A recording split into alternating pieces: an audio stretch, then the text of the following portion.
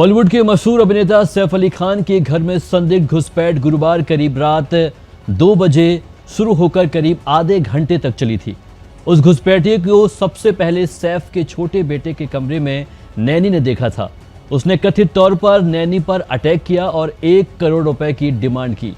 उसके बाद खान और स्टाफ के बाकी सदस्यों पर चाकू से हमला किया।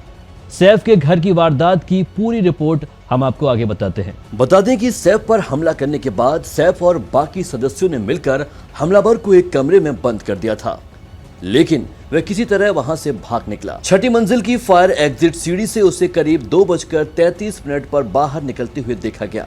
यह पूरी जानकारी खान के 4 साल के बेटे की देखभाल करने वाली नैनी के बयान पर आधारित एफआईआर का हिस्सा है। एफआईआर के मुताबिक परिवार एक डुप्लेक्स 11वीं और 12वीं मंजिल में रहता है, जबकि घटना 11वीं मंजिल पर हुई है। इसमें 3 कमरे हैं। एक में तो सैफ अली खान और उनकी पत्नी करीना कपूर रहते हैं। दूसरे कमरे में उनका बेटा तैमूर और उसकी नैनी गीता रहती है। वहीं तीसरे कमरे में जहांगीर, फिलिप और अन्य नए नैनी जूनू रहती है। वहीं तीसरे कमरे में सैफ के सबसे छोटे बेटे जहांगीर रहते हैं और उनके साथ फिलिप और एक अन्य नैनी जूनू रहती है। अपने बयान में नैनी फिलिप ने बताया कि उसने और जूनू ने बुधवार की रात 11 बजे करीब जहांगीर को सुला दिया और उसी कमरे में सोने चली गई। फिलिप ने बताया कि रात करीब 2 बजे अचानक आवाज सुनकर वह जाग गई। उसने देखा कि कमरे का दरवाजा खुला था और बाथरूम की लाइट जल रही थी। उसने बताया कि पहले उसे लगा कि करीना बच्चे को देखने आई है।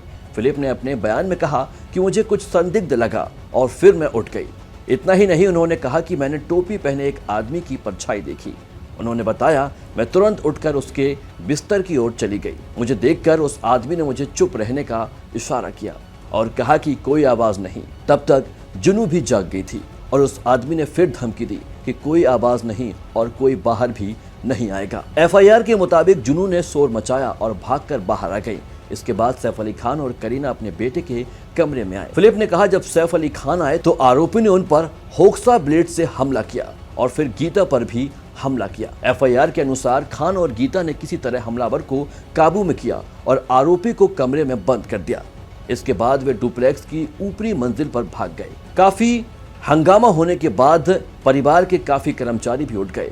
जब वे उस कमरे में गए तो दरवाजा खुला हुआ था और वहां से हमलावर फरार हो चुका था। हमलावर के बारे में बताते हुए फिलिप ने कहा कि उसकी उम्र 30 से 35 साल के बीच थी।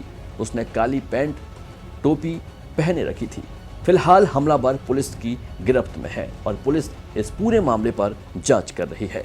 Subscribe now and press the bell icon. Never miss an update.